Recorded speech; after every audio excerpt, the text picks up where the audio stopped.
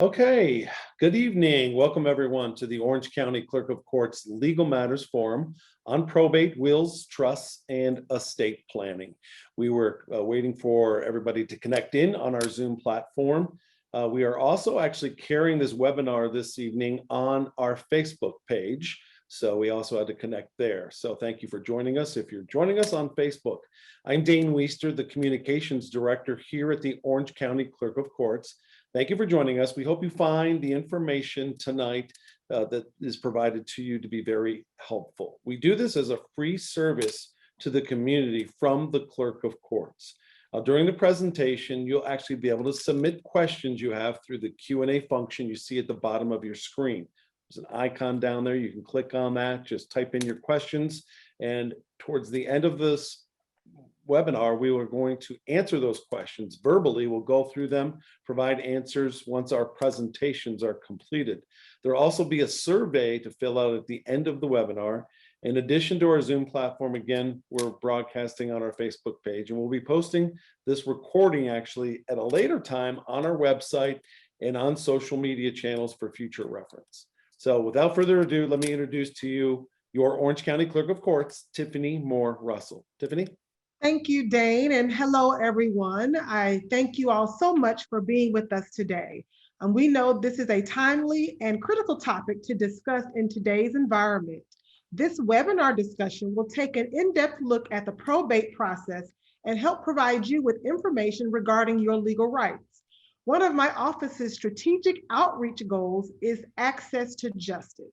And so one of the ways we can achieve this is to create and offer legal matters forms, which were created as a service to the public to make legal information easier to understand and more accessible to the public.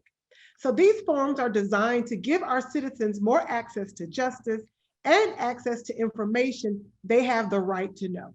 So I want to take the time and acknowledge my staff who have worked very hard to bring this webinar to fruition, as well as acknowledge our panelists who are here today.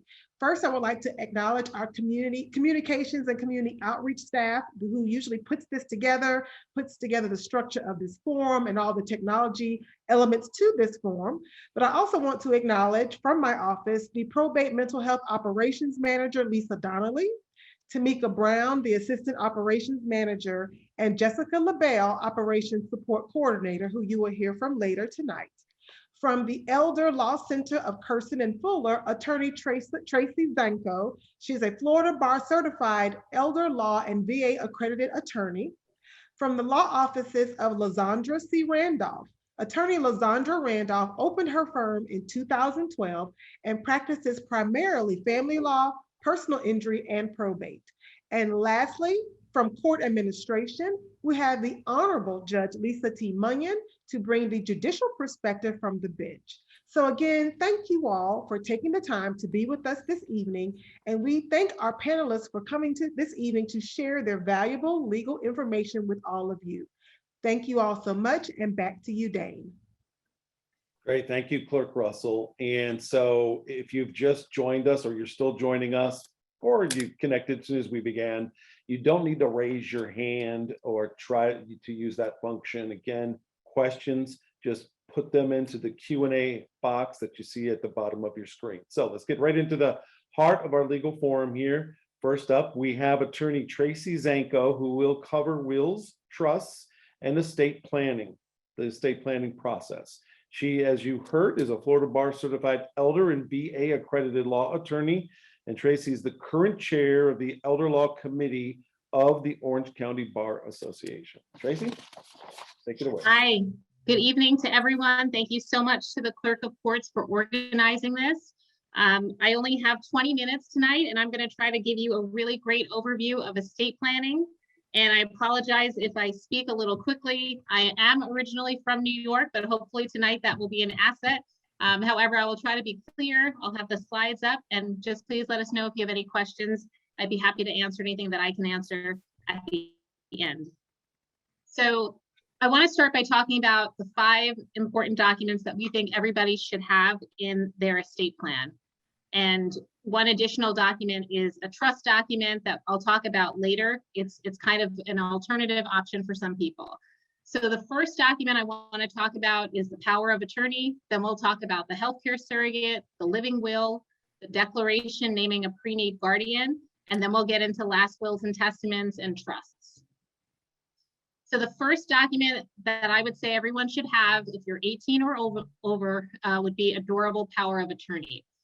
In the durable power of attorney, you would be the principal and you would name someone called your agent to do certain acts on your behalf. In Florida right now, the durable power of attorney is effective immediately. Once upon a time, we used to have springing powers of attorney that were only effective when you lacked capacity, but now they are effective as soon as you sign them. It's a very important document, and whoever you name as your agent needs to be somebody that you trust. When I have consultations with clients and they hesitate even for a second when they think about naming someone as an agent, we definitely talk about that because you should really only name someone that you trust implicitly. To be valid, it has to be signed in front of 2 witnesses and acknowledged before a notary public. And as of October 1st, 2011, there are certain powers within the power of attorney that need to be separately enumerated and separately initialed. So what that kind of looks like on the document is a little line that you would initial and then giving your agent the authority to do things like gifting, creating trusts, etc. So if you have a power of attorney already, and if you did that document after October 1st, 2011, take it out, look at it, and see if it conforms to that change. If it doesn't, your agent might not be able to carry out certain acts on your behalf, and you'll probably want to update that. Another thing I want to say is when I review documents and I see a lot of powers of attorney, a lot of times when people do them on their own, they don't think ahead the next step and think about a successor agent. So I always think it's a good idea to have a successor agent in mind, just in case your first named agent isn't able to help you. The next document would be a designation of healthcare surrogate. So that is kind of what it sounds like. It's basically somebody who can make medical decisions for you. It should have a HIPAA release in there or some HIPAA release language in there so that whoever you name as your surrogate can access your medical records. Since October 1st, 2015, with the initialing of certain boxes on the document, you can also make that healthcare surrogate effective immediately. There's a separate document that parents can execute or guardians can execute on behalf of minor children. So if you are out of town or away from your children and you have a babysitter or a relative watching the kids and you want them to have authority to make medical decisions in your absence, you can also do that. And that's called a designation of healthcare surrogate for minor children. To be valid, they also need to be witnessed by 2 people. They don't have to be notarized, but a lot of times you'll see a notary block on there anyway. And you can definitely make certain specifications in the document. So for example, if you have religious beliefs against blood transfusions or something like that, you would want to specify that so that your surrogate knows about your specific requests. Next, we go to the living will, and this talks about your wishes for end-of-life care. So this document needs to be signed again in front of 2 people, one of whom is not a spouse or blood relative, and basically specifies your wishes for how you would want to be treated toward the end of your life. There are usually 3 separate places to initial on this document as well, and it only goes into effect if you are incapacitated and 2 doctors say you're not going to get better and you're also end stage or in a persistent vegetative state or terminal. The next document is a declaration naming a pre-need guardian. So this document we put in place so that the court knows your wishes for who you would want to name as your guardian in case you ever need a guardianship. Most people will never need a guardianship in their lifetime, but it is an entire practice of law and there is an entire guardianship department. So sometimes it does come up. A lot of times guardianships can be avoided if you have a proper power of attorney in place, if you have a healthcare surrogate in place. So that just underscores the importance of those documents. But if you ever needed a guardianship, this document would specify to the court who you would want to name.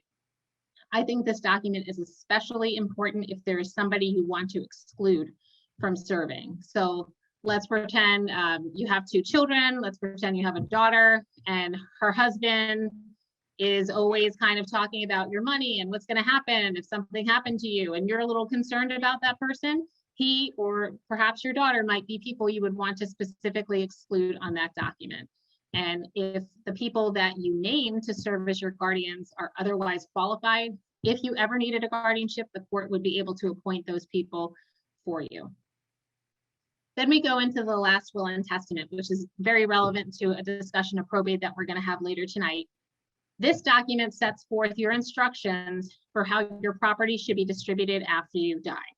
So it should address things like personal property. So think about the things in your house, think about jewelry, vehicles. It should include specific distributions of real property that you might own, including your homestead property. And to be valid, it also needs to be witnessed by 2 people. And it doesn't actually have to be notarized, but in the best practice, you would want it to be notarized via a self-proving affidavit so that if it does have to be admitted to probate court, it's easier to do that. So a common question that I get from clients is, if I have a will I avoid probate? And the answer is not necessarily. So having a last will doesn't avoid probate, but it provides the instructions to the court about how to distribute your assets through probate.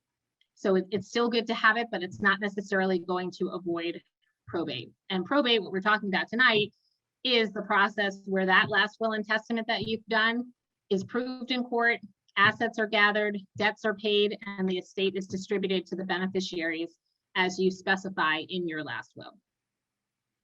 So another question I get a lot is, if I have a last will and testament, do I need one if I have beneficiaries on all of my accounts? So the answer is, it depends. And the key point here I want to mention is that any beneficiary designations you have on your accounts, so for example, if you have a bank account and it's payable on death to someone, those beneficiary designations supersede whatever you have in your last will. So my example here is, if you have a bank account and it's payable on death to Kermit the Frog, but your last will and testament leaves everything to Oscar the Grouch, Kermit gets everything, and Oscar is just going to be that much more grouchy. So really, you want to coordinate those 2 things. And you don't want to leave people with the expectation that, hey, I was named in the will, I get the bank account. Because if the bank account is payable on death to someone else, that person actually gets the bank account. Same thing if you have a joint account with somebody. So a lot of times a couple will come in and they tell me that their son is on their joint bank account. But when we do the will, they tell me they want to leave everything equal to son and daughter. So I just have to explain to them that under those facts, the son, as a joint account holder, he is technically going to get all the money. A lot of times people then say, oh, well, he'll do the right thing, he'll give it to his sister. But I can tell you, and probably through your own experiences, you know that doesn't always happen. So I would not advise doing that. You really want to have everything coordinated. It's also good to have a last will and testament, because sometimes people forget about assets and you don't remember that you owned, 50 shares of Exxon or whatever it is, and you might acquire things after you have your bank account designation set up. So it really should all be coordinated. Next question I get a lot is, can I leave my property to anyone that I want to leave it to? And it really depends. If you're a single person and you don't have minor children, the answer is pretty much yes. But there are restrictions on the distribution of certain property if you're married or if you have minor children. So talking about the married piece first, your spouse is entitled to a minimum share of your estate called the elective share.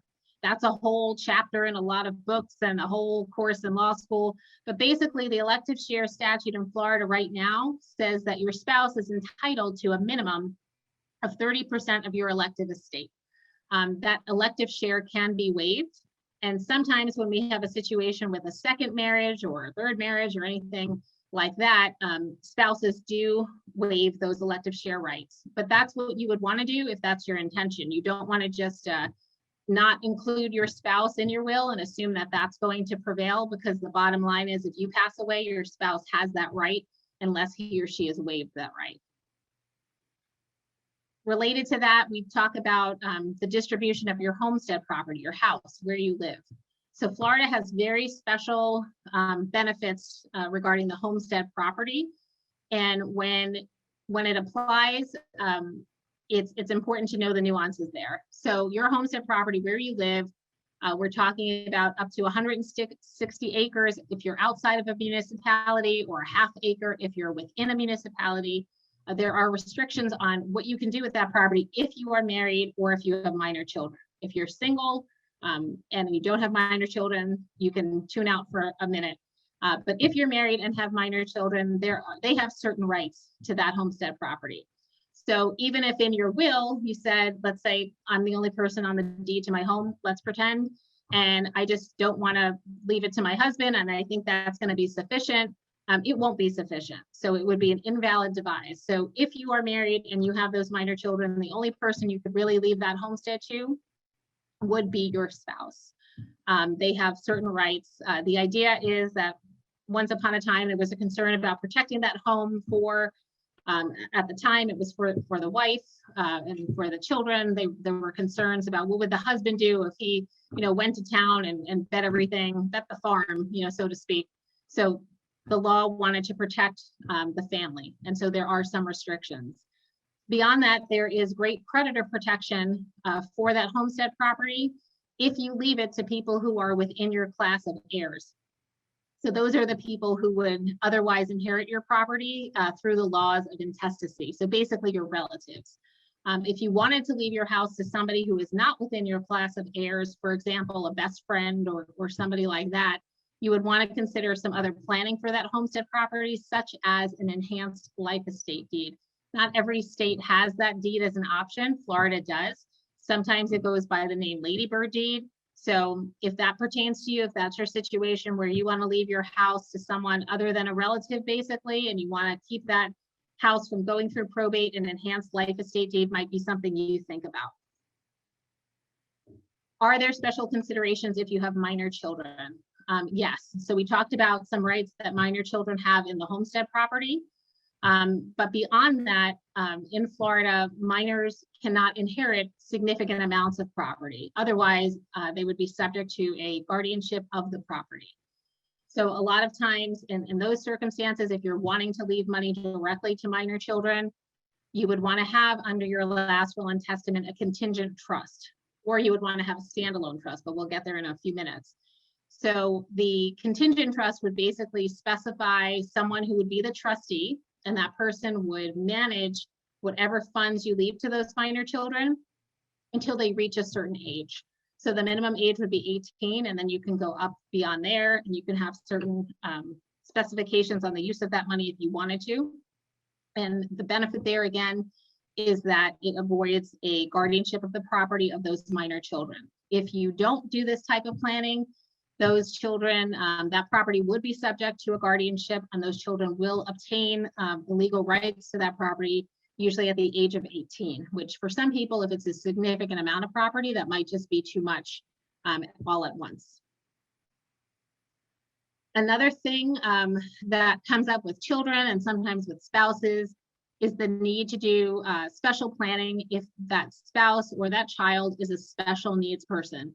So if they have a disability, if they are likely to go on public benefits, you really want to do special planning for those people so that you preserve their eligibility for those benefits. And a lot of times that is done through a special needs trust, sometimes called a supplemental needs trust. And those can be done as standalone documents or under a last will and testament. So there are many, many different types of trusts. And I think I mentioned earlier, there are entire courses in law school on these things, entire books written about them, but I just want to hit a few highlights on trusts. Not everybody needs one. It's not going to be relevant to everybody, but there are trusts out there, and there is a trust for basically any particular need you might have. So there are testamentary trusts, and those are created under the last will and testament. So I kind of just talked about some of those. There are also revocable trusts, irrevocable trusts, and special needs trusts. So testamentary trusts, we kind of mentioned that earlier.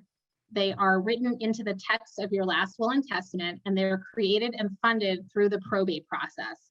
So probate is not avoided if you have a testamentary trust, and they are only funded after creditors have been paid. So sometimes that's not a great plan because of unintended things that happen in life generally. So let's pretend I had $50,000 in a bank account. and I have a trust, and my intention is to have that trust under my will funded through the probate process after I die, and I expect that I'm still going to have $50,000 in that bank account ready to go through probate, pursuant to the terms of the trust. Life happens. I might wind up with a large credit card bill. I might wind up with a lot of medical debt. And the bottom line is, if those are valid creditors and they file claims timely throughout that probate process, those creditors' claims have to get paid first before that testamentary trust that I tried to set up gets funded in probate. So I can't really control that. And unfortunately, that trust might not be funded as heavily as I wanted it to be. So that's a problem. And also through the probate process, there is a bit of a delay. So if I had somebody who I knew needed immediate access to funds, having a testamentary trust would not be the best option because it is going to take some time. That said, if you are doing a supplemental needs trust for a spouse, so let's say I have a spouse who's on Medicaid and I don't want to jeopardize his eligibility for Medicaid, it would have to be a testamentary trust, a supplemental needs trust that I draft under my will. So in Florida, we have to do those types of trusts for the spouse under the will. Revocable trusts are pretty commonly used, and the benefits there, it's a private document. It can help to avoid probate. There usually is still a trust administration process once you have this type of trust set up, and it doesn't provide for creditor protection. So sometimes people get confused about that. They show me a trust and they say, oh, I'm fine. These assets don't count for Medicaid purposes because I have them in this trust. And then I read it and it's this type of a revocable trust. So these trusts can accomplish some things. They are private. They can help avoid probate, but they don't provide creditor protection for you as the grantor. They might provide some protection for the beneficiaries. And the other thing, the key thing about all trusts is that you want to make sure they're funded. So that's another common scenario where we have clients come in and they say, oh no, everything's in my trust. And then I ask them, well, what have they retitled to their trust? What accounts are in the trust? And we find out it's nothing. So that's very common. There are a lot of companies that sell trust packages and they'll print you out a lot of really great documents. But if you don't take those documents and go to the bank and have your accounts retitled into the trust, it's not really going to help. There are lots of different types of irrevocable trusts. Those types of trusts do offer creditor protection for you as the grantor, but the downside is that you have to kind of lose control of those assets. So sometimes we use them when we do Medicaid planning for clients or VA pension benefit planning for clients, but it has to be the right set of facts, because if you're not willing to kind of give up control of those assets, these would not be the type of trusts for you. If you have a very trustworthy trustee in mind, then it could work out well if you're able to give up that access to those funds. There are many different types of special needs trusts, and I kind of mentioned that earlier. But if you have someone who might need a public benefit, who has a disability, keep in mind there might be a trust that would really help that person. And it might be something you definitely want to think about so that you don't jeopardize their eligibility for those public benefits. There are first party special needs trusts that we can create if the person has already retained title to an asset. So let's say you have a disabled person who was named in grandma's will. You don't want to kick them off of Medicaid benefits, so that person can fund what's called a first party special needs trust. Other times we have parents who come in and they want to set up a trust for a child, and if it's funded with the parents' money, that would be a third party special needs trust. And there are many different nuances within those types of trusts as well. But the bottom line is we're trying to provide for that disabled person, that person with special needs, and keep them eligible for benefits. And I mentioned earlier, if you have a spouse in Florida, we need to set up that type of supplemental needs trust for the spouse under his or her last will. These slides here just kind of talk about what I just said. There's another type of trust called a pool trust that we use sometimes if we have, again, a disabled person who comes into assets and we want to keep them eligible for public benefits. I'm at 19.5 minutes, so I think I've sufficiently spoken quickly enough. But the bottom line is, I'm so glad you've all tuned in. I hope you either have an estate plan in place or you contact an attorney to help you get one set up. You can definitely do it on your own, but of course, we would always advise that you get some additional legal insight And having these types of plans in place, I hear it all the time from clients that it just makes them feel so much better that they have done that planning, and it gives everybody a lot of peace of mind. I have my contact information here, and please call the office anytime if you want to set up a consultation, and thank you so much. Great, thank you, Tracy. And again, if you're watching this and wondering, well, how do I get that contact information? We are recording this presentation, so you can go back and look for that. We'll also try to provide that to you if need be. But thank you. That's Attorney Tracy Zanko. Very good information. Stuck to the time frame here, being respectful of everybody's time this evening. So moving forward, we now have the next presentation, which is going to be on the probate process. And for this presentation, we have Attorney Lizandra Randolph. She's a member of the Florida Bar Law Related Education Committee and currently serves as the director of the Virgil Hawkins Florida Chapter National Bar Association Fellowship Program. Lizandra. Thank you so much. And good evening, everyone. And thank you to the Clerk of Courts for having me on this evening. And I know the probate process can be a little bit complex. And so I'm hoping that I can break it down just a little bit in the time frame that I have. So let's talk about the probate process. What is probate? Because we throw that word around here and there and no one really understands what probate is. So it's a court administered process, and it's used to transfer assets to beneficiaries and to deal with the creditors of the decedent. That's it in a nutshell. So assets that go through probate: cash are assets that go through probate, bank accounts, money market accounts, etc. Now, this list is not a complete list, but this is just to give you an example of some of the assets. Real estate, for an example, your home, land, personal property, jewelry, vehicles, household furnishings, heirlooms, for an example. Investments will go through probate: your pensions, your retirement plans, and your annuities. Any basically asset that's purely held by the decedent at death. But then you ask, are there some non-probate assets? And of course there are. And Attorney Zanko kind of touched on some of these non-probate assets, and I'm going to go in a little bit detail about them. So jointly held assets with the right of survivorship. What does that mean? Let's say you have a home, and the home is jointly owned by two individuals, and the way that the deed is worded is that they have a right of survivorship. That essentially means that when one of the owners passes away, then the surviving owner will then take ownership of the property, so it does not have to go through the probate process. Same thing when you have a married couple who are both on the deed, and it's named one of the spouses pass away, then of course the surviving spouse will then take the property. That would not have to go through probate. Assets with a death beneficiary, a POD. Attorney Zanko talked about payable upon death beneficiary. So you have that, you have a transfer on death, you have an ITF, which is essentially interest for assets, and death beneficiary. So your life insurance policies, those will have beneficiaries that you would name, and that would not have to go through probate. One of the things that I always have to tell my clients is that if you don't update your beneficiaries often, that could possibly put you back into probate. Let's just say that you have a beneficiary for your life insurance policy, and then you pass away, or the individual passes away before you pass away, but then you never change that and both of you are deceased. That could possibly put that back as a probate asset. So one of the things you need to do is to update your beneficiaries often, because life circumstances may change. The other thing I know Attorney Zanko talked about, that you can't give your property away if you have a spouse. And I see a lot of this that comes to my office. I also do family law.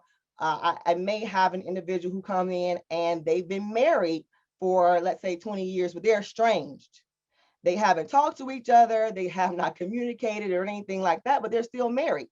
And the family may come to me upset because the spouse will still get the house or still get property, although they've been estranged, and it leaves the other family members without anything. So if you're in that situation, if you're estranged, it's always good to go ahead and get that divorce so that your family members won't be upset. And I always have to tell my clients that. Life estates, that would be, for an example, if you have a deed where you have one individual owning the property as a life estate, and then you may have another individual as the remainderman. If the individual with the life estate passes away, then your remainderman will then get the property. So you have to make sure that your deeds are constructed properly so that these transfers can be made. So any assets also owned by the trust would be non-probate assets. Now let's talk about the probate administration. You have formal, summary, and ancillary administration. Let's talk about formal administration first. That's where the decedent's value of the probate assets exceeds $75,000, and it does not include exempt assets. What do I mean by an exempt asset? Example, your homestead. So your homestead value is not calculated in that $75,000. So it would exceed that. Also, the decedent has been deceased for 2 years or less.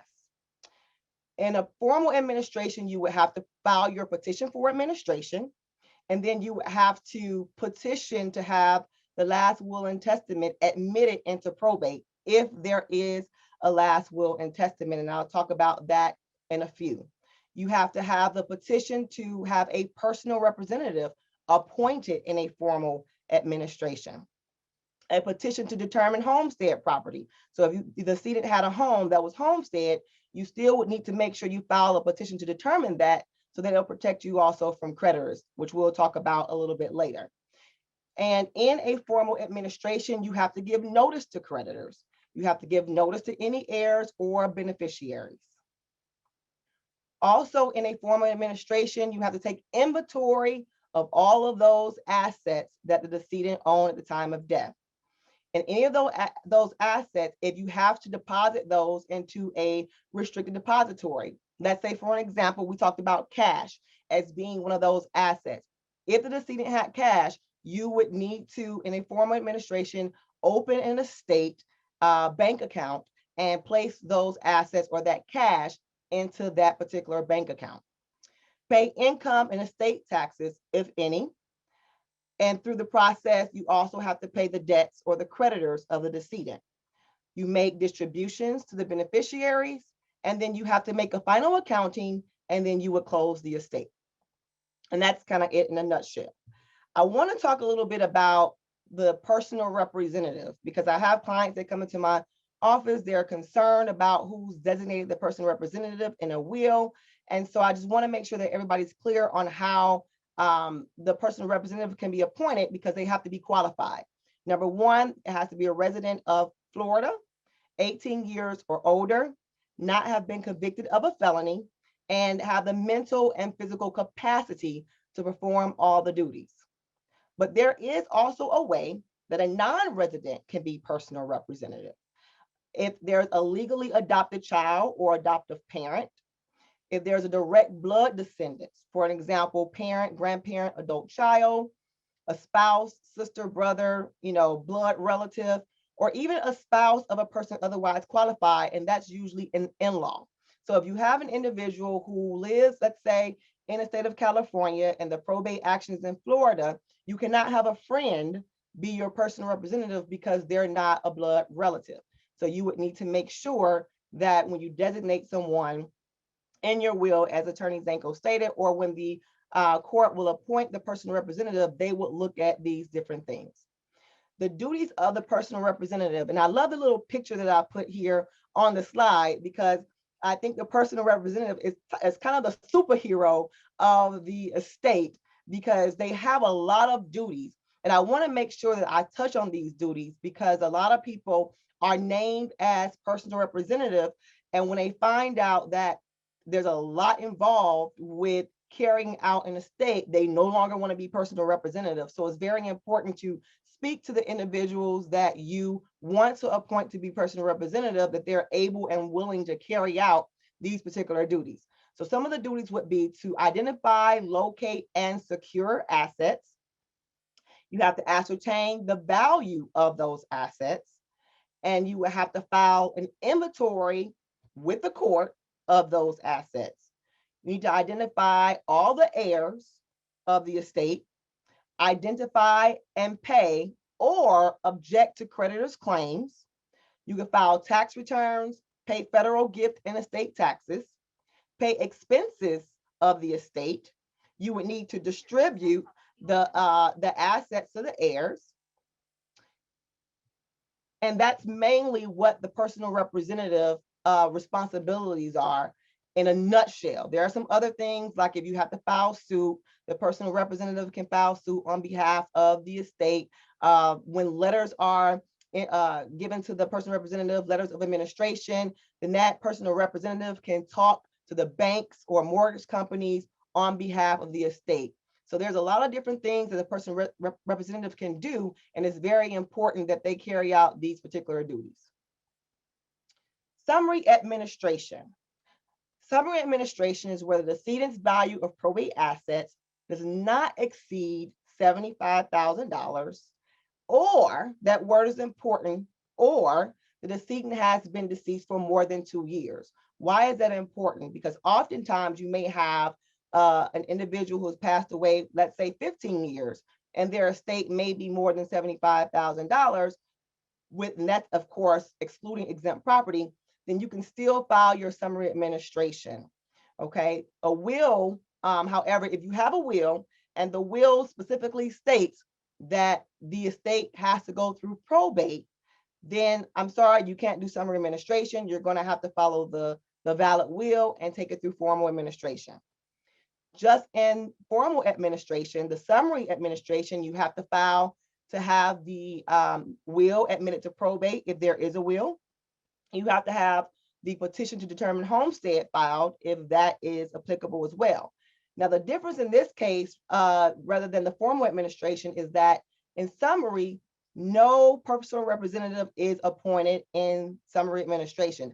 I have people come to me all the time when there's a will, and the will appoint a personal representative, but the estate still qualifies for summary. So unless there is some special reason that, you know, we have to designate a personal representative, you really won't need it in the summary administration.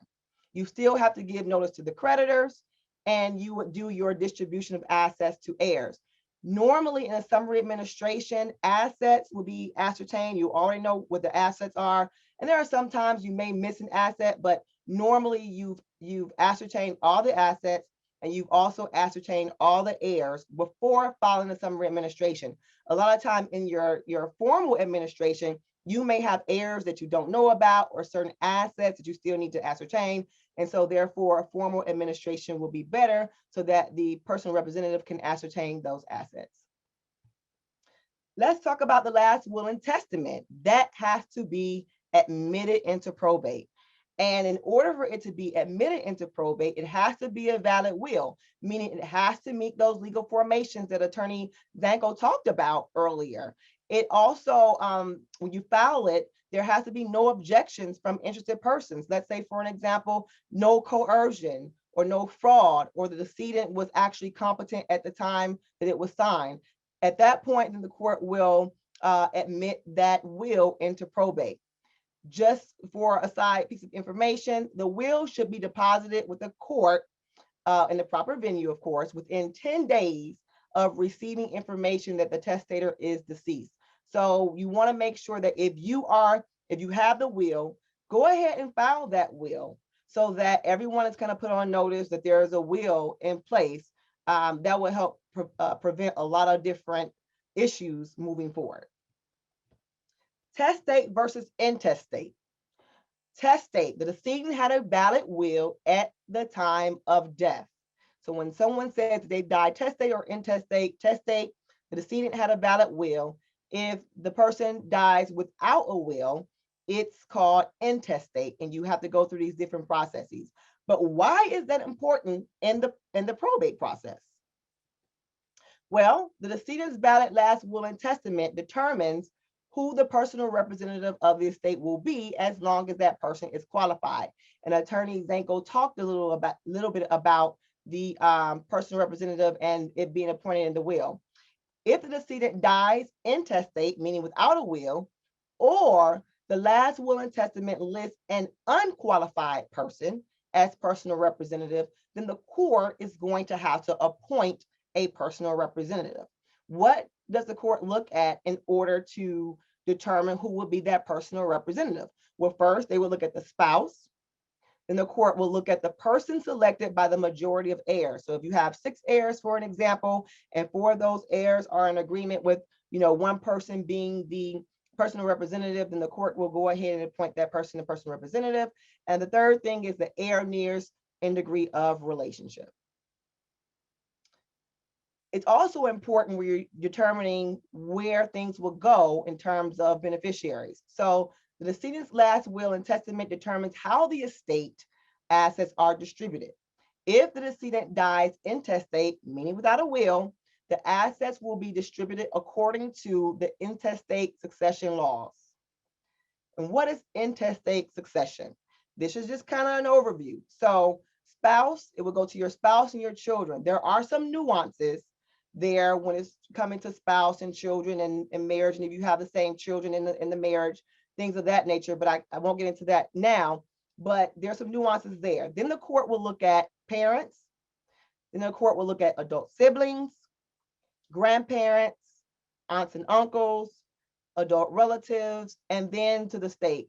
And we all know we try our best to make sure that we find some family members, some relatives, so that does not happen. Creditors.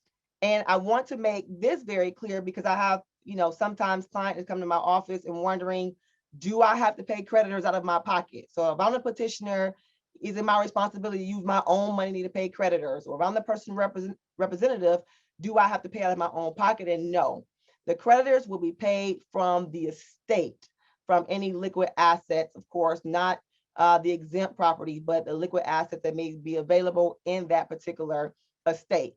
And so the creditors, you have to notify the creditors. If there are unknown creditors, we put it in a newspaper, it's published so that everyone is put on notice. Creditors have 30 days from the date of service to file their claims. And then if it's published in the newspaper, creditors would have 3 months after the date of the first publication to file their claims. Creditors' claims are barred if the decedent has been deceased for 2 years. Ancillary administration. This administration is designed for a decedent who was a resident of another state, but dies and they leave assets in the state of Florida. So let's say the decedent lives in California, but then has land here in Florida. You will open this type of administration. Normally what happens is that the probate is already opened, let's say in California, and California probate and the personal representative has already been appointed there in the state of California. But then we have to open this administration because we have land here in the state of Florida. You would basically follow the same procedures as administration, as your normal administrations. However, in this case, the assets will then be distributed to either the heirs in the Florida probate, or it can actually go to the probate estate in the state of California, for an example, if that was where the decedent's residence was at the time of death. The personal representative in this type of administration may or may not be appointed, depending on if there are creditors' claims that have been filed. So in the state of Florida, like I said earlier, that creditors' claims are barred after 2 years, but that may be a different case in a different state. So although the creditors may not be able to bring their claim here after that time frame, another state's laws may allow them to do so in that particular instance. Get this question a lot. Who can open probate? Any interested person can open probate. Well, what's an interested person? Any person who may reasonably be affected by any outcome of the probate process. So that could be a personal representative, that could be a spouse, beneficiaries that are listed in the will. In the case that there is no will, then any intestate heirs and also creditors of the decedent. Do you need a lawyer to open up your probate estate? This is a big question. And yes, you need a lawyer, especially if it's for a formal administration. Florida law requires you to have one. But it's always wise to hire an attorney because these matters can be very complex. However, there are some cases where hiring an attorney is not required by Florida law. And that would be a disposition without administration. And I won't get into that today. And then some of your simple estates, for an example, where the petitioner is the only heir of that particular estate. But it's always wise because you don't want to file something and get into some trouble because you've not ascertained all the heirs or you haven't ascertained the creditors properly. You really want to make sure you hire an attorney to do these things for you. Is there a deadline to open probate? No, there's not a deadline. However, the longer you wait to open probate, the more difficult it may be to administer the estate. What do I mean? You may have an estate in which multiple people were beneficiaries, but then those people may pass away.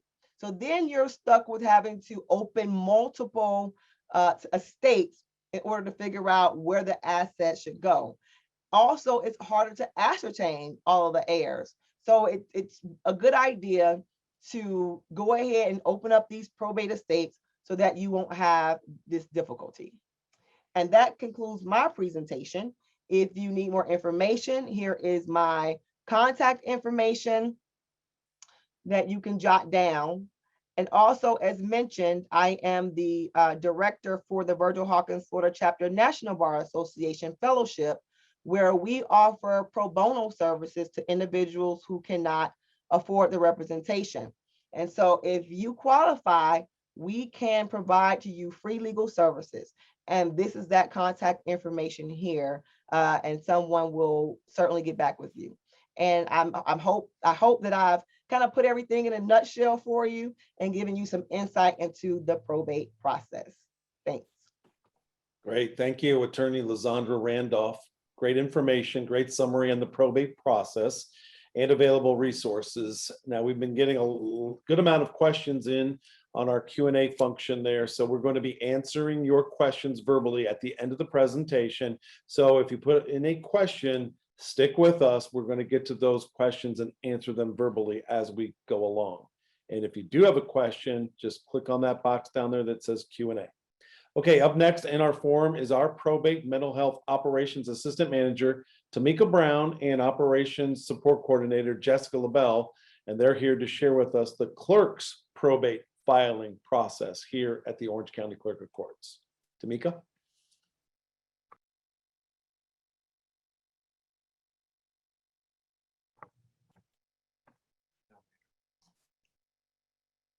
We've got you on mute right now, Tamika. I'm sorry.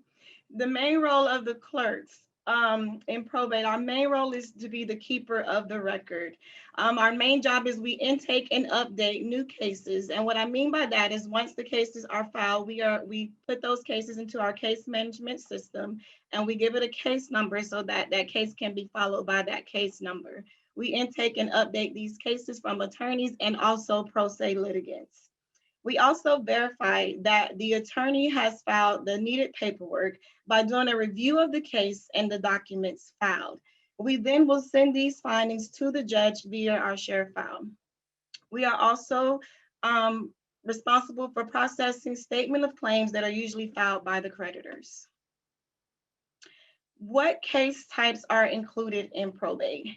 Probate, which is also known as estate cases, includes the following case types. We do petitions for disposition of personal property without administration. We also intake petitions for summary administration. For formal administrations, we do the petitions to amend a death certificate, petitions to open a safe deposit box, petition to admit a foreign will, caveats or notice of trust, and we also do wills for safekeeping. I'm now going to turn this over to Jessica, who will go over the 3 most filed cases in the probate system. Okay, so the three main types of probate cases that we see at the clerk's office are the formal administration. Again, as Attorney Randolph explained, this type of proceeding is used when there are considerable assets, specifically $75,000 or more. A personal representative, also known as a PR, will need to be appointed by the court, and letters of administration will be issued to the PR in order for him or her to administer the estate. The summary administration is filed when the assets do not exceed $75,000 or when the decedent died more than 2 years ago. If less than 2 years since death, a copy of the funeral bill will need to be filed. The third main case type that we see filed at the clerk's office is called a disposition of personal property without administration. These cases are also sometimes referred to as verified statements, or the petition is referred to as verified statement. And the purpose is to reimburse the person who paid the decedent's final expenses, such as funeral costs or medical bills that accrued in the last 60 days. Dispositions of personal property without administration cannot exceed the amount of $6,000. It cannot exceed the amount of the funeral bill, cannot include real estate, transfer loans, or release assets contained within a safe deposit box. In addition to the petition for disposition of personal property without administration, other items also need to be filed, including an itemized funeral bill reflecting payment in full, paid receipts for any medical expenses incurred within the 60 days before death, the death certificate, any documents that verify the assets to be released, and notarized consents from all persons who paid toward the funeral bill. If the decedent died testate, meaning that they had a valid will, the original will must be filed with the clerk's office within 10 days of the notice of death. The court will enter an authorization, which is a court order that allows the release or transfer of the assets if the court determines that the petitioner is entitled to those assets upon review of the petition and any accompanying documents that might be filed. The original authorization is usually mailed to the petitioner, but can also be picked up from the clerk's office at the petitioner's request. Now, due to the complexity of certain probate procedures, legal representation is highly recommended, as the clerk cannot offer legal advice. An attorney may be required in probate cases that deal with real estate transactions in Orange County, or in probate cases that are filed in another county or state, but the decedent owned real property in Orange County. An attorney may be required if real estate is encumbered by a mortgage, or if vehicles are encumbered by a lien or loan, if the lawsuit or medical records are being sought on behalf of the deceased, or when having to determine beneficiaries. I'm going to turn this back over to Tamika, who will now inform you how documents should be filed and how to contact us. Thank you. Thank you, Jess. So all pleadings filed by attorneys must be filed through ePortal. Pro se litigants, filers who are filers that are not represented by an attorney, may file in person in room 355 on the 3rd floor of the downtown courthouse. Or you also can mail your pleadings to 425 North Orange Avenue, Orlando, Florida 32801, and then make sure you put on their suite 355. Attorneys' proposed orders should be sent directly to the judge. Pro se proposed orders are sent to the judge by the clerks. So the pro se litigants can send their proposed orders to us, and we will make sure to forward those to the judge. The only original paper pleadings that are required from attorneys are the last will and testament and exemplified copies. So the last will and testament cannot be filed through ePortal because we need those in this original state. You can contact us in various ways. The main way to contact us is through our website at www.myorangeclerk.com. When you go on the web page, in the top right-hand corner, you'll see a button that says Contact Us. You will click that, and it would bring you to this page that shows what area should I contact. At the bottom, you will scroll down to the probate and guardianship area. Once you click on that, you will see a form that comes up that allows you to fill in your name, your email, and your case number, and also an area where you can type in a message as to what your question is. Once you do this, someone will get back to you with an answer or response within 24 to 48 hours. If you can't get through to us through website, you can also call us at 407-836-2000. Make sure you select option 6, or you can email us at our CIB contact CIRCIBDIB@myorangeclerk.com. And that is what is required when filing with the clerk. Okay, thank you very much, Tamika and Jessica. So if you'd like more information about the Clerk of Courts Probate and Mental Health Division, again, you can always visit our website at myorangeclerk.com for details. Now, if you're looking for, hey, I'd like to get these slides, I'd like to look at this information again, this is being recorded. In fact, we're carrying this on our Facebook page, the Orange County Clerk of Courts Facebook page, and it will be saved there so you can go back to view it there. We'll also post it to our website where you'll be able to go back and view this presentation and even share it with family and friends who you think may need this information. So if you're just joining us, this is the Orange County Clerk of Courts legal forum on probate, wills, trusts, and estate planning. We have a final presentation I'm going to introduce to you now, and pleasure to introduce to you the Honorable Judge Lisa T. Munyon, who is Chief Judge-elect. And thank you, Judge, for taking time to share with us a perspective from the bench. Well, I want to thank Clerk Russell for inviting me today. And I want to let everyone know that Ms. Brown and Ms. LaBelle do a wonderful job in auditing the probate files and assisting the court with the probate cases. I also want to thank Attorney Zanko and Attorney Randolph for the great presentation. It was very helpful. You know, one of the things that I want everyone to understand is what the probate judge does is basically deal with documents after they have been filed. We have hearings if those hearings are necessary, but we deal with a lot of the cases based upon the paper that is filed by the attorneys or the pro se litigant. It is a very busy division, as I'm sure Ms. Brown and Ms. LaBelle can tell you. Yesterday, I filed, electronically filed and electronically signed over 100 orders. And I looked at my statistics, and over the past 3 months, I've averaged over 1,000 orders a month. That's a lot of orders in cases. Probate cases can move very quickly, or they can move more slowly than they should. We're certainly doing everything we can to make sure that they move as quickly as possible. One of the things that was just discussed was how to file cases or how to file documents in a probate case.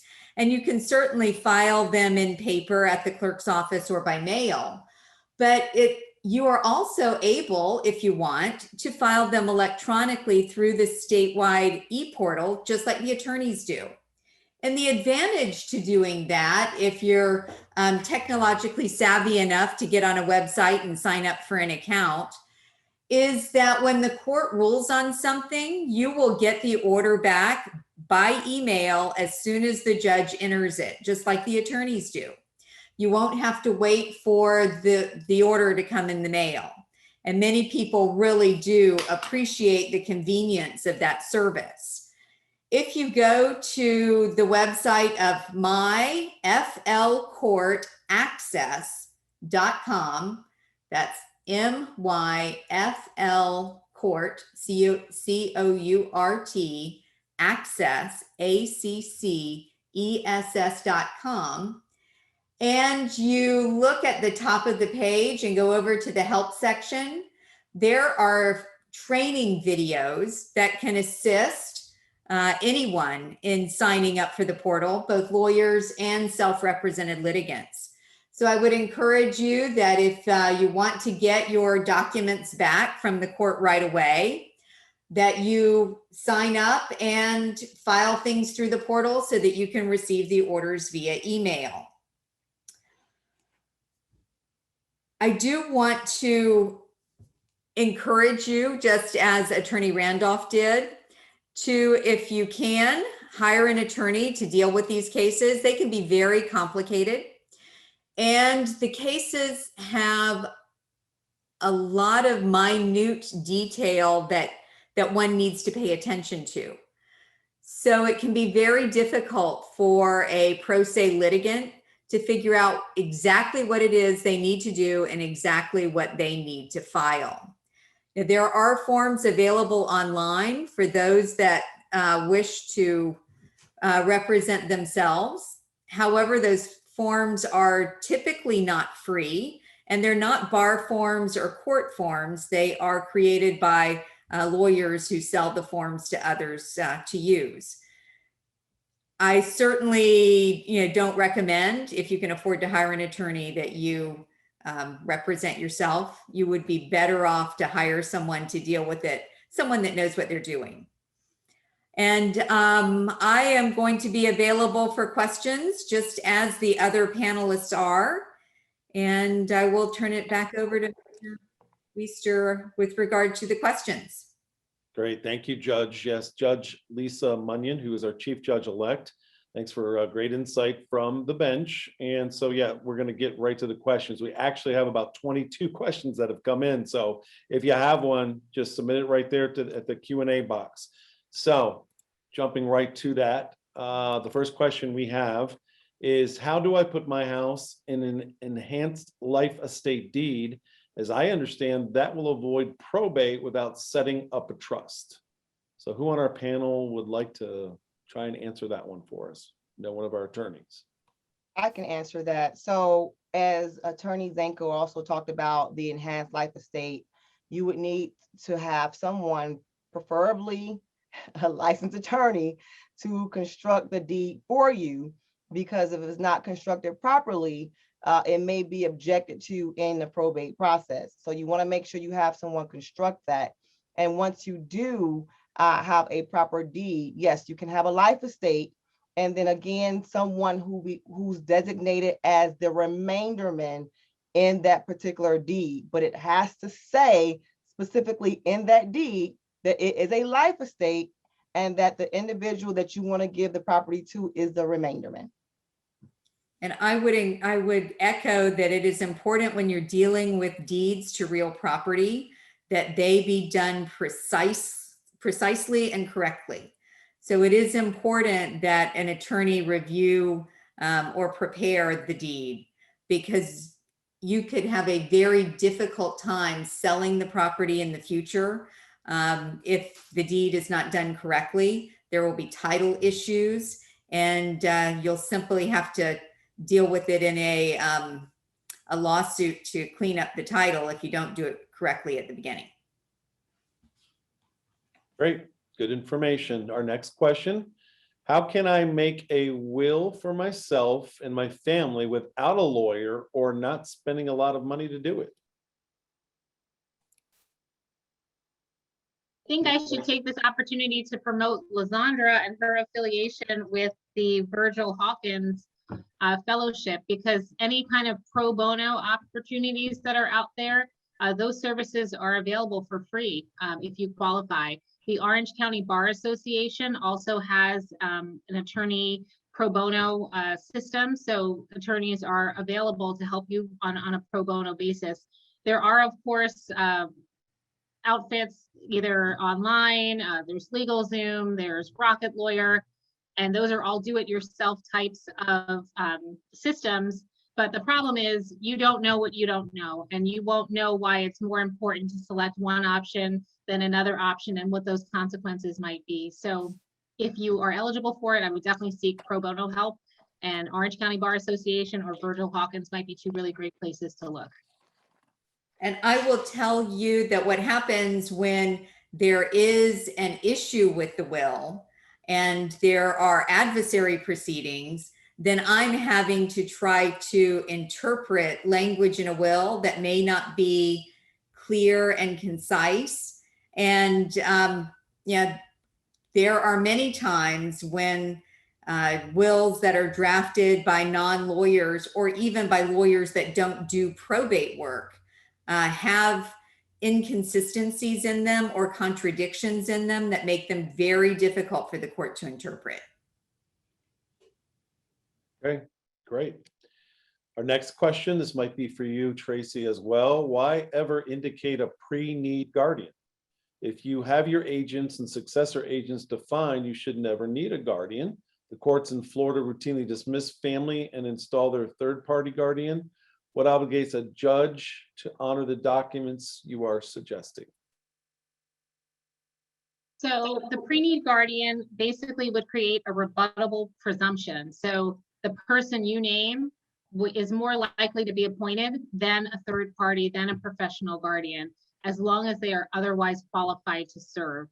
I would also defer to Judge Munyon if there are other considerations there, but basically it allows you to at least try to have a say in who would be appointed as your guardian. Most guardianships do have family members that are the guardians. There are those that don't have family members that would qualify to be a guardian under the statute, or that perhaps don't have family members at all that are local and able to help them. So it's my experience that if you name a guardian and they are statutorily qualified and want to do the guardian work, that the court will appoint them. Okay, very good. Our next question, how does the elective share affect prenup? How does the elective share affect prenup? Who would like to try to answer that one, if that makes sense? I would think that the prenup might affect the elective share. There is the possibility, I think, that you could waive the elective share in a prenuptial agreement. But the attorneys may have another take on that. I concur, Judge. And you could also address the elective share in a post-nup. So post-nups are a thing. So if you've already gotten married and you want to waive certain rights, it's not too late. You don't have to get divorced first and then get remarried. You can do it in a post-nuptial agreement as well. Okay. Our next question, if you have a family member that passes and was estranged from the family, how do you locate their assets? I know I hire someone to do an asset check. That's probably the easiest way to go. You can also check the clerk of court's websites and maybe the venue in which the person lived. But the easiest way is to get an investigator to do an asset check. That way you're not really missing anything, because they can do a pretty extensive check for you. That would be my suggestion. The other resource I want to point out is the Florida Unclaimed Property. So I believe it's Florida Treasure Hunt. That's actually a real website, Treasure Hunt. I think it's .gov, but you might want to check that. And you can put in somebody's name and some information, and they can let you know if there are some unclaimed assets in their names. Just for fun, I sometimes run my friends' names in the unclaimed property, and they're always really happy with me when I say, hey, have you heard from Bank of America? Because they have some money for you. And it's it can only make you look good, right? So you should definitely check that out for anybody that you know of right now. And certainly if you know of someone who's passed away, there might be unclaimed property there. Everybody's now checking that site. Good information. Thank you. Next question. This may be a familiar question. Do I need to file for probate as my mother has died and left the unpaid home to me and my two brothers? My wife and I paid off the mortgage and currently pay the property taxes to the estate. Both brothers signed quitclaim deeds for the property to me. Recently, one of the brothers has died. According to the county property appraiser, the home's assessed value is over $155,000. Is there a need to go through probate? Can it be done without an attorney? And what is the cost to complete this process?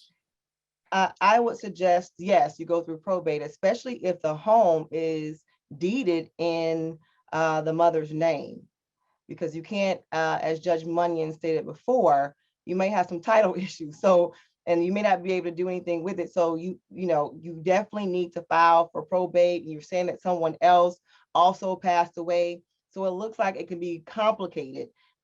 pretty complex for someone to do on their own. So to answer your other question, yes, you should hire an attorney to do it for you, but definitely need to open the probate estate. Even if you're just attempting to pass a homestead from one generation to another, you would have to open at least a summary administration to have a petition to determine homestead heard by the court. Okay, great. Moving right along, we actually still have 22 questions, so we have lots of questions here tonight. So good questions, great answers. Next one, if you have a loved one that passes, does their life insurance go to pay off any of their debts? If so, how do you find those debtors? Well, let's talk about when we said the death beneficiaries, and you designate someone in that life insurance policy. So normally in life insurance policies, there's a beneficiary. And if there's a beneficiary there, then those proceeds will go to that beneficiary. It won't be probated, and it definitely won't go to pay off any creditors. And to answer your other question regarding creditors, how do you ascertain those? A lot of times people will go through the mail of the loved ones to see if there's any debt. But then the other thing we talked about was publication and making sure that that's put into the newspaper in the county in which the decedent lived or which the probate action is actually in. And you would need to publish that particular estate in the newspaper in that venue. And I do think you want to make sure when you go check your life insurance policy that under beneficiary, you don't have estate. Because if you have the estate as a beneficiary, then it goes into the estate and could be available for creditors. Good point, good point. Actually, this other question is related to it.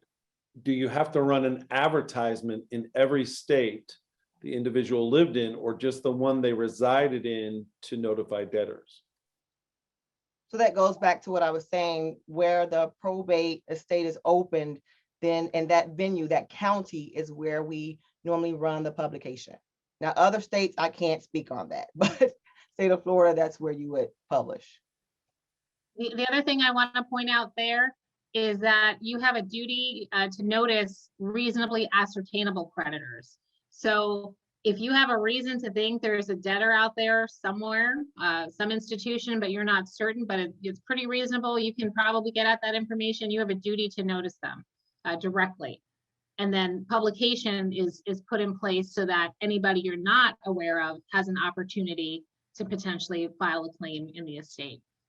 The other thing I just want to say quickly on the life insurance question, it's really important to name contingent beneficiaries. So when we do see life insurance policies going through probate, a lot of times the reason that happens is, let's say it's a husband and wife, and they take out the policies when they get married. They name each other first. Maybe the kids are minors. Maybe there aren't children yet. And sometimes you just kind of put the policy away. You forget about it. And then life happens and you wind up having children, your spouse passes away. If you never update those beneficiaries, like Attorney Randolph was talking about earlier, then it could become a probate asset, and you would want to avoid that. Okay, great. Next question, what are the advantages of avoiding probate? Well, less time, less money, less heartache. Those are the advantages that I would say. It's, you may have instances where you can avoid probate if the decedent did not have a lot of assets, or they're exempt assets, for an example, or not exempt, I'm sorry. If they have beneficiaries or a life estate, things of that nature, it can avoid probate, but definitely it would take less time, less effort, and less money. Those are some of the benefits for avoiding probate. Okay. We're still getting a few more questions in, so we're going to keep trying to move along here. And if you're with us, please stick with us to the end so you can hear the answers. And then we also really would love for you to give us your feedback on what you think about this forum. We have a short survey if you could take for us. So stick with us. Next question, what could be done if the vehicle title could not be found of the deceased? paid off vehicle and already been verbally given to a relative, no will or anything in writing? Normally, I would try to contact the Department of Motor Vehicles. They would be able to probably ascertain the title of a vehicle. So I would start there first if it cannot be found physically. Well, one thing you may not be aware of is that many titles are held electronically by the Department of Highway Safety and Motor Vehicles and are not in fact paper titles. The title may actually just be housed at the Department of Highway Safety and Motor Vehicles. They can also give you a substitute title if there was a paper title and it has been lost. But you would have to have some documentation that you would be entitled to it. Okay, next question. If the bank account where I'm a legal guardian for my dad, if the bank account where I am the legal guardian for my dad, there's a deposit of a large inheritance. My dad passed several weeks after this deposit in the guardianship account. Will this bank account be probated as part of his estate? I would say almost definitely. First of all, I'm sorry that your dad has passed away. There is going to be final accounting will be due in that guardianship proceeding, and more than likely that would have to go through probate.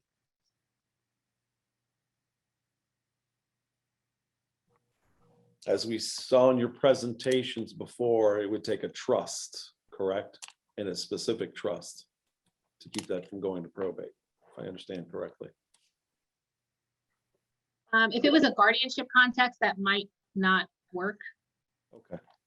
All right, that was just a follow-up question on my behalf. All right, next question. What happens to homestead property if the spouse dies, but other spouse is not on the title or deed? That's going to be a situation where you have to do a petition to determine homestead. So if this is a situation you're trying to avoid, you would want to have a deed done while both spouses are alive, so that they are both now on the title, and they would then hold title to the property as tenants by the entirety, and it would pass automatically by operation of law to the surviving spouse upon the death of the first spouse. If the other spouse has already passed away, you're going to have to file at least a petition to determine homestead to get it over to the surviving spouse.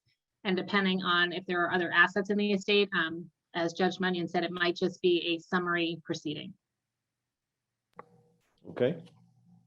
Our next question, how do you pass on a homestead property without probate? I have a will that states all assets go to my daughter and everything else has POD or TOD on it. Well, that's what we were talking about, the deeds, right? And having a life estate deed whereby you're the life estate and your daughter would be the remainderman, you can avoid probate in that regard. Okay. Next question, how do you acquire guardianship for a parent that doesn't have a durable power of attorney if they are not coherent? In other words, with dementia.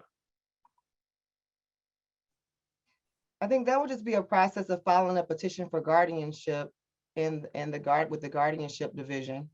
And of course, there's some other things that go along with that, making sure that whoever you're appointed to be guardian is, or desire to be guardian, would be fit to be guardian. But then there's also an examining committee that's appointed to determine whether or not the person is incapacitated. And so it's a very complex process, but you start off by first hiring an attorney, and then the attorney will file the petition for guardianship and petition for to determine the capacity of the individual, and then the examining committee would be appointed, and then you kind of go from there. Okay, the questions are still rolling in, so we'll just move right along.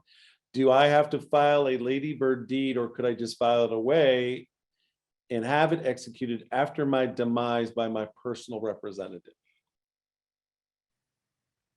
You would want to record that deed right after you execute it. If the property is subject to a mortgage, keep in mind you generally want to get the consent of any lenders before you execute these deeds, and sometimes it's actually hard to find the right person to send a draft of that deed to. So if it is subject to a mortgage, keep that in mind. But you would definitely want to record it after you execute it and not leave it for some later date. Very good. Next question. Are executor and personal representative the same? Yes. Yeah, essentially, some states call what we call personal representatives, they call them executors. The language in the statute in Florida is personal representative. Okay, short answer is yes. This next question, during summary administration, can creditor fees be negotiated? Can a vehicle be transferred of a decedent without going through probate or summary administration?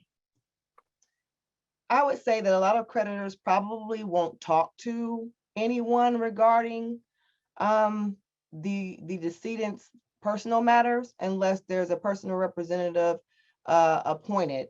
So if you're trying to negotiate those the creditors, it's probably best to have a personal representative appointed so that they can do that. Because I know a lot of times companies won't even talk to individuals unless there's one appointed.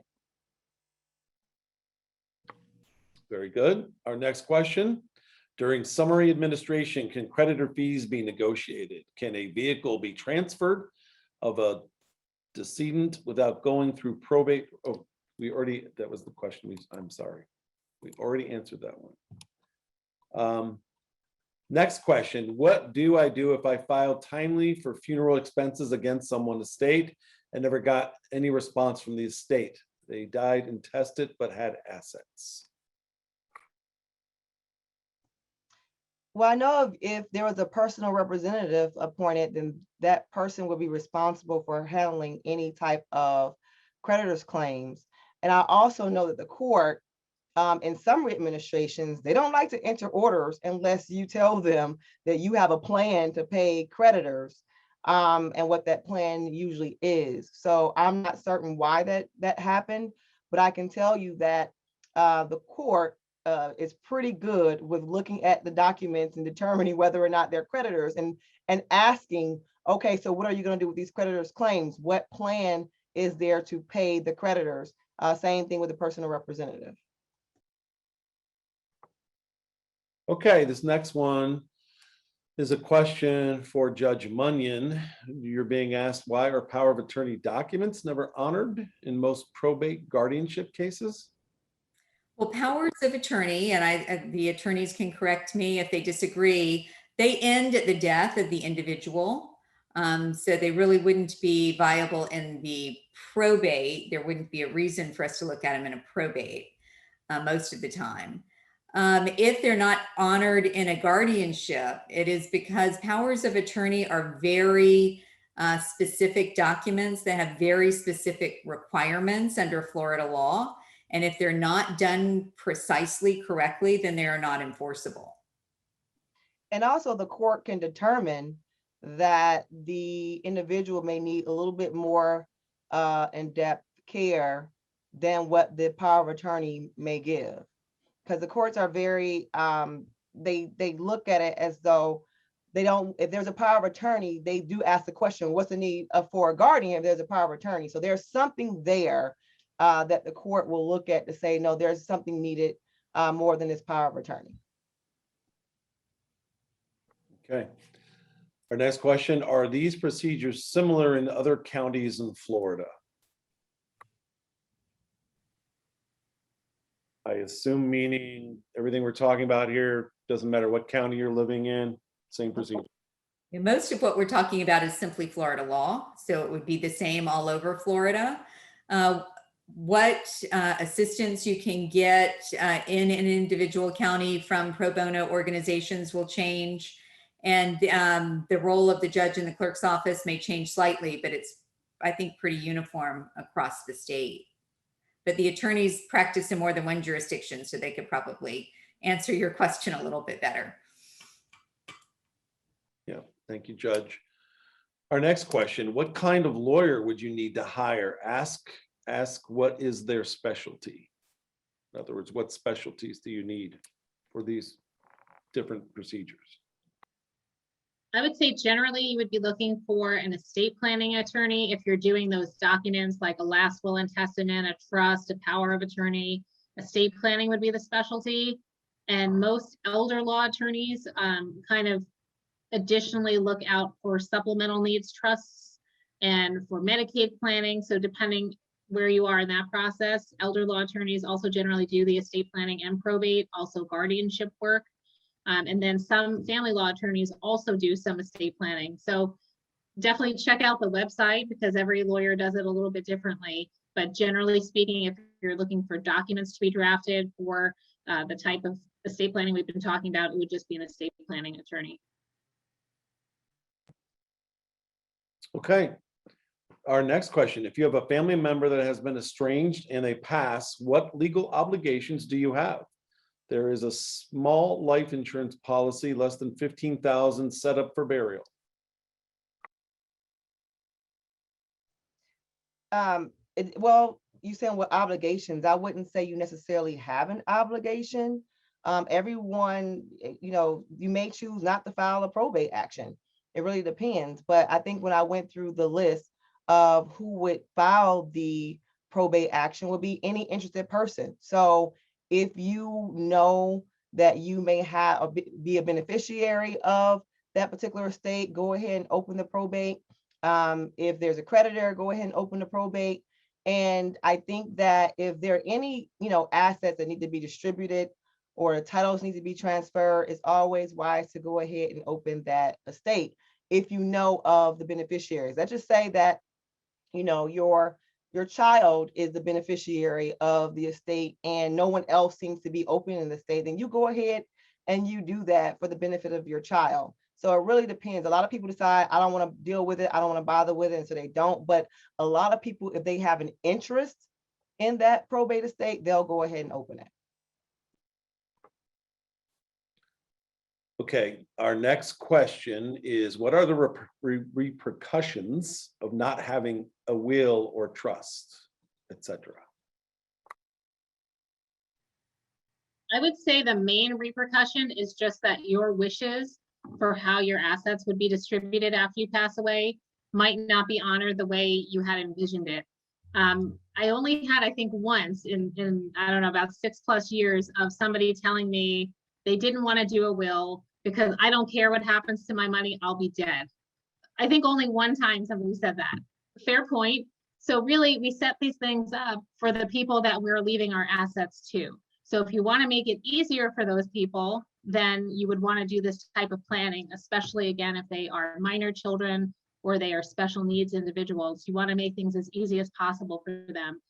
Or you could take the perspective of that client that I mentioned, because the estate planning in terms of last wills and trusts, that's really set up for the beneficiaries. Some trusts can be set up to help you out individually, but a lot of time you do this planning for the beneficiaries with their best interests in mind.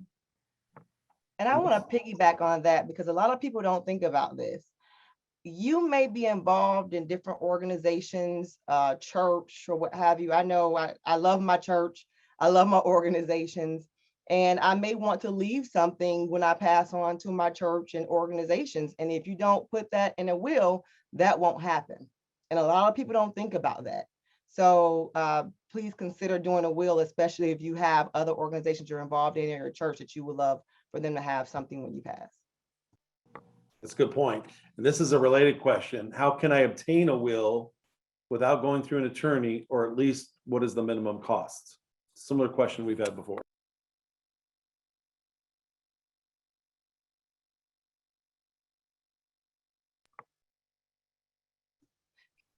Well, I think Attorney Zanko already answered that in regards to, you can get documents from LegalZoom and some other, but the documents may not conform to Florida law. And so you kind of be in trouble there. So I would suggest that you would have a professional to go ahead and draft your wills for you. Okay, very good. We still have a few more questions to go through here. So just moving along. And if you're looking for, I've shared before that people looking for the slides for these presentations, this is all being recorded on our Facebook page. So it will be posted there and on our website at the clerk's office. The next question we have, would you please explain, comment on the statement that probate assets cannot exceed 75,000 exempting property? Probate- Yeah, so when we talk about exempt property, we're talking about a homestead. So let's just say there's just one homestead in the probate action. So all you have is a homestead. That homestead will be exempt. So whatever the value of that homestead will be does not matter, because it's exempt when you're calculating the value of that particular probate estate. Okay, so then that will determine whether or not you can do you could do summary administration if that is the case. If you have other assets that are not exempt, for example, your two vehicles and some household furnishings, those are usually exempt. If you have other assets, let's say there are multiple properties, and one is the homestead, but then the others aren't, and that total would exceed the $75,000, then of course you're probably looking at formal administration if the person has been deceased for less than 2 years. Okay. Our next question related to a guardian. What would disqualify someone from being a guardian? Anybody on our panel can answer that one. Two things that come to mind might be a felony conviction or bankruptcy issues, and sometimes even creditor issues, not even bankruptcy level, can come up. So I've had some guardians who had some missed payments on a loan that came up during a credit check, and that became an issue. We were able to address it in that case, but oftentimes it might be felonies or bankruptcy, or possibly even credit issues. And there are some statutory disqualifications of guardians.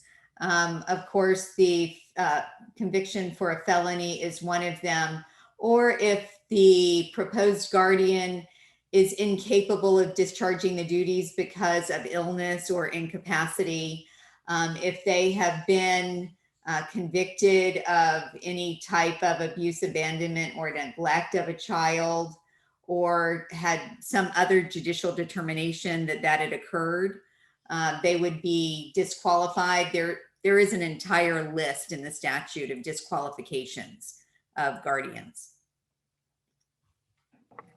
Great, thank you. Next question. My parents have made an irrevocable trust for my brother and I, but I heard Ms. Zanko say that it needs to be funded. Could you clarify this? And thank you for the informative session. So funding the trust is generally just a matter of retitling an account. So your parents might have already done this, where let's say you have an account at Bank of America, it might be in the name of, let's say, Jane Smith. And then when Jane Smith goes to fund that account into her trust or into the trust she set up for her children, she would have it retitled into the name of the, Bob and Sally Smith Irrevocable Trust. So by retitling the account, you can fund it that way. Sometimes people leave the account payable on death to the trust, and sometimes it can be accomplished that way as well. Very good. Next question. What are the customary and reasonable attorney fees for setting up the components of estate planning? How expensive is the overall process for setting up trusts to prevent a legal mess upon death, i.e. to ensure things do align with Florida law? I'll take a shot at this because the attorneys are reluctant to talk about money in a forum like this. I think the amount that it would cost depends on the complexity of your estate or of your estate planning, and whether you do need a trust. The best thing to do is to simply call and ask. Attorneys are more than willing to discuss how much it would cost to do after they have a conversation with you regarding what your needs are. So I wouldn't hesitate to call an attorney and ask. And the attorneys may have some other advice, but I know that it's every attorney does something different, so it's a difficult question to answer. Great advice, Judge. Thank you. Okay, moving on. What's the best way to avoid probate? So typical attorney answer, but it depends. It depends on who you want to leave your assets to and what your situation is. So if you're that single person that I talked about with no minor children, no spouse, obviously you could possibly name payable on death beneficiaries on your accounts, possibly do an enhanced life estate deed on your real property, and you can avoid probate that way. But there might be a lot of caveats and nuances in your situation why that might be a horrible idea. So if you have minor children, if you have a spouse, if you have anybody who's special needs, that might not be a great plan at all. So again, it really depends. Okay. If me and my wife die and there are no minor children, does the homestead go to the adult children, and how would that be distributed? I think that's going to depend on whether you have a will or not. If you do not have a will, the homestead would go to your adult children that are then living. It will pass by intestate succession pursuant to the statute.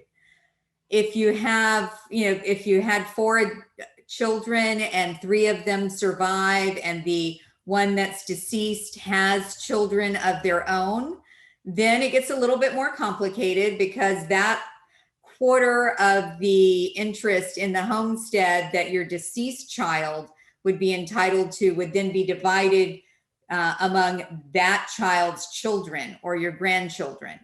So it can get complicated, but yes, it passes by the statute of intestate succession, and the first priority would be the adult children if there were no minor children.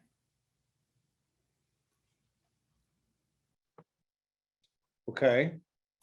And let me add to that. It's always good to have a will, especially if you think that one of your adult children won't be as responsible as the other. And they could end up, if they're having a share of the home, they could end up fighting over what to do with this home.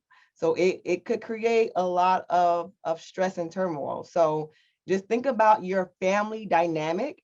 You know your children better than anyone. So if you don't feel comfortable with the children, them sharing the asset, then you may want to think about doing a will to give it to the more responsible child.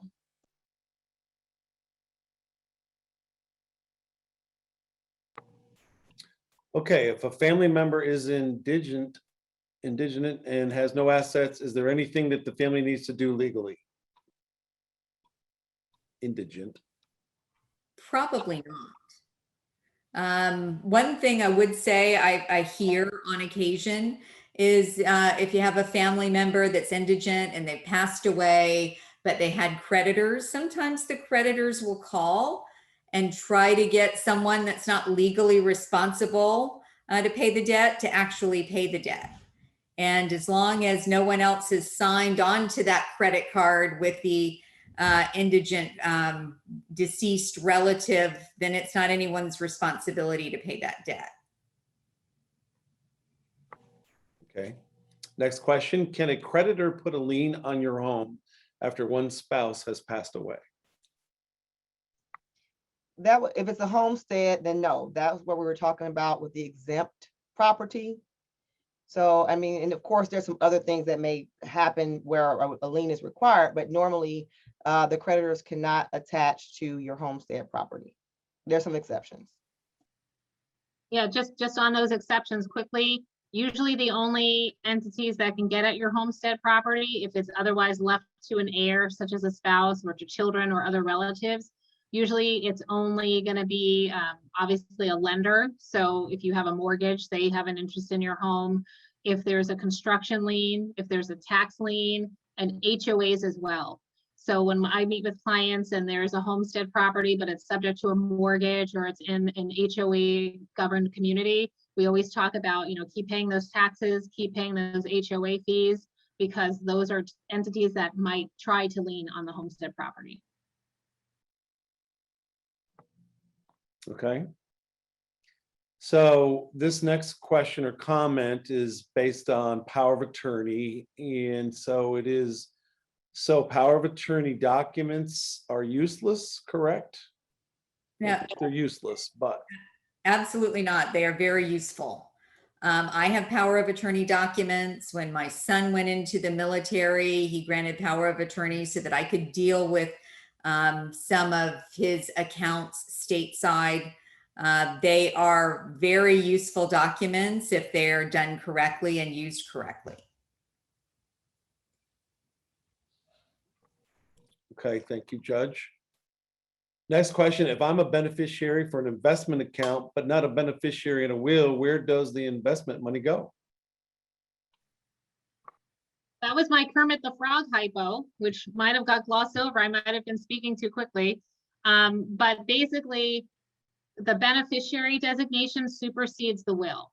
So we always like those things to match up if they can.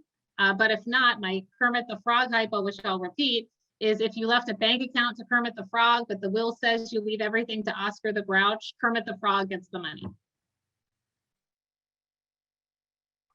Okay. Next question, and we're getting down to our few here, handful left. What happens to your assets if you die without a will, no spouse or children? Then, oh, go ahead, Ms. Randolph. But that's what I was talking about in my slides where the intestate succession laws come in. So if you don't have a spouse, you don't have children, then they'll look at your parents. No parents, then adult siblings. No adult siblings, then they look at aunts and uncles, and then it kind of goes down from there. So we try to find someone who is a blood relative, the closest one to have your particular assets.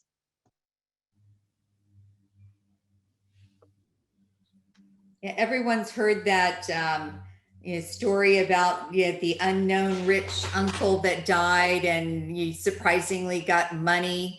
That happens in situations where there is no will and the person died and had no family, close family members.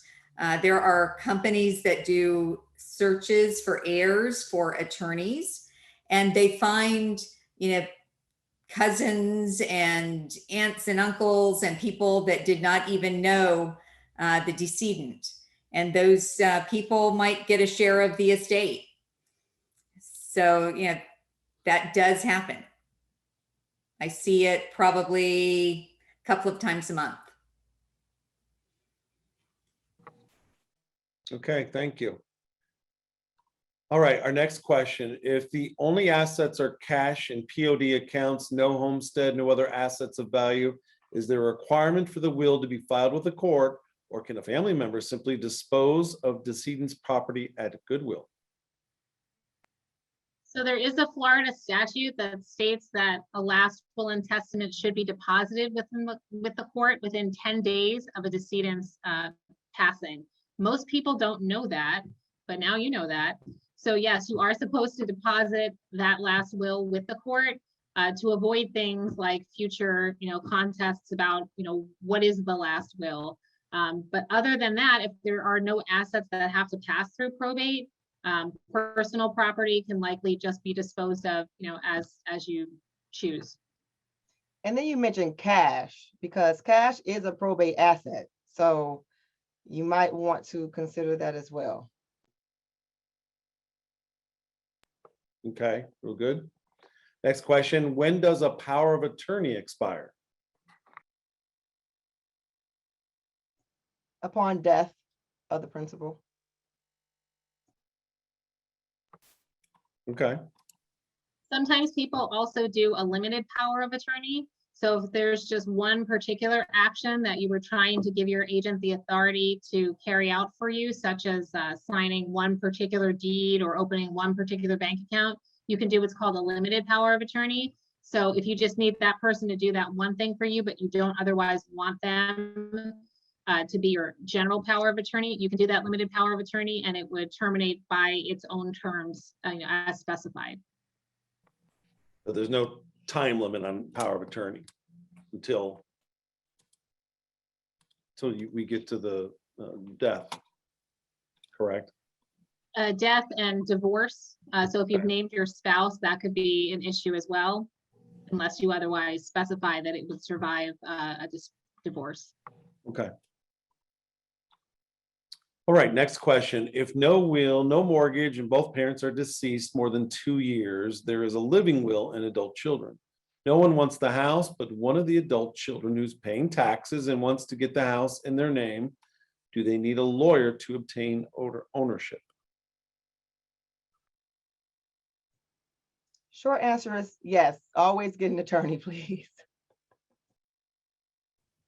Yeah, I think it would depend upon whether the home was the parent's homestead. If it was the parent's homestead, then there is the possibility that it could pass as homestead property through a petition for summary administration, which does not necessarily require an attorney. But if it was not homestead and is worth more than $75,000, it would have to go through formal probate. Okay. All right, we have a few more questions left. All right, next question is, hi, thank you for hosting this forum. What happens in the instance that you are married, have assets, but no children? Who does the estate go to? Is a trust necessary for nieces and nephews, etc.? Again, it really depends. It depends on, in terms of who the assets go to, that will be up to you and your spouse to determine who you want your assets to go to. Attorney Randolph had a great idea about charities, naming charities in your documents, if that's something that's important to you. And a random charity is not going to be part of the statute for intestate succession. So if that is something that's important to you, that's definitely something you want to specify.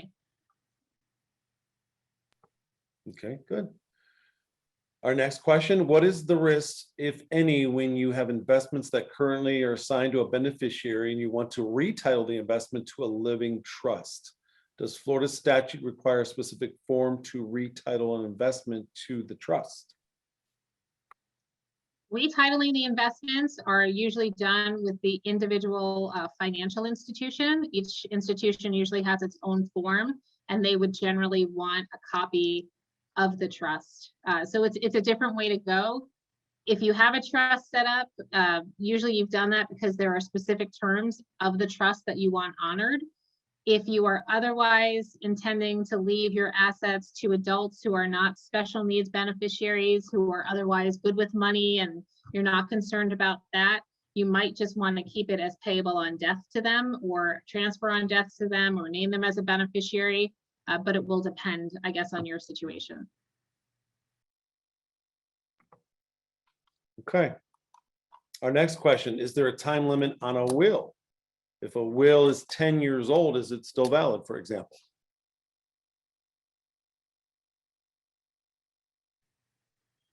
They don't expire. A will doesn't expire, but it's always a good idea if it has been 10 years since you did your last will, you might want to take it out again and just make sure it's still accurate and it still conveys your wishes appropriately. Things happen, life happens. Some people pass away, some people are born, and you might want to include or exclude people accordingly. All right, thank you. If any of our attendees have any other questions, please type them into the Q&A box at the bottom. We're getting down to our final questions. And again, just want to remind you, if you're watching, that this is all being recorded and we'll have that available on our Facebook page, on our website later for you to view it. Our next question, are there certain accounts exempt from paying off creditors when you have named beneficiaries on accounts such as IRAs, 401ks, savings, etc.? Yeah, so we talked about those earlier in the slides. If you have accounts that have payable upon death beneficiaries or in trust for an example, then those types of assets the creditors will not attach to, because it goes straight to the beneficiaries of those particular accounts. Also, exempt property, the creditors won't be able to attach to the exempt property either. So either or, exempt properties, or you'll have somewhere where a beneficiary is designated. Great, thank you. Okay, the only other question we had was a question that was about a specific case. And at this time, in a public forum like this, we can't address specific cases in questions related to that. So that is our final question. Oh, we have one more that just came in. I really appreciate this great legal team providing us with knowledge. great work. And yes, on that note, thank you for all of your knowledge, your expertise, taking time out of your busy schedules, our panelists, for being here and providing this information related to probate. Orange County Clerk of Courts Tiffany Moore Russell understands the importance of these conversations, of course, in our community. This is part of our efforts at the Clerk of Courts to provide access to justice. And we hope the topics discussed were helpful. And a big thank you again to all of our panelists, judge, attorneys, thank you. Again, you can view this forum. It is being recorded on our Orange County Clerk of Courts Facebook page. It will be posted there and on the Clerk of Courts website at myorangeclerk.com. And also, we just ask you to stick with us. There's a short survey at the end of our forum here. You can give it a thumbs up, a thumbs down. There's some couple questions. It won't take you too long. Provide us feedback, and even ideas for other forums going forward in the future. Thank you for joining us, and we appreciate it if you take that survey. Thank you and have a good evening. And thank you, Clerk Russell, for putting this together and the attorneys for answering the question. Thank you for having us. Thank you. Thank you. Have a good night.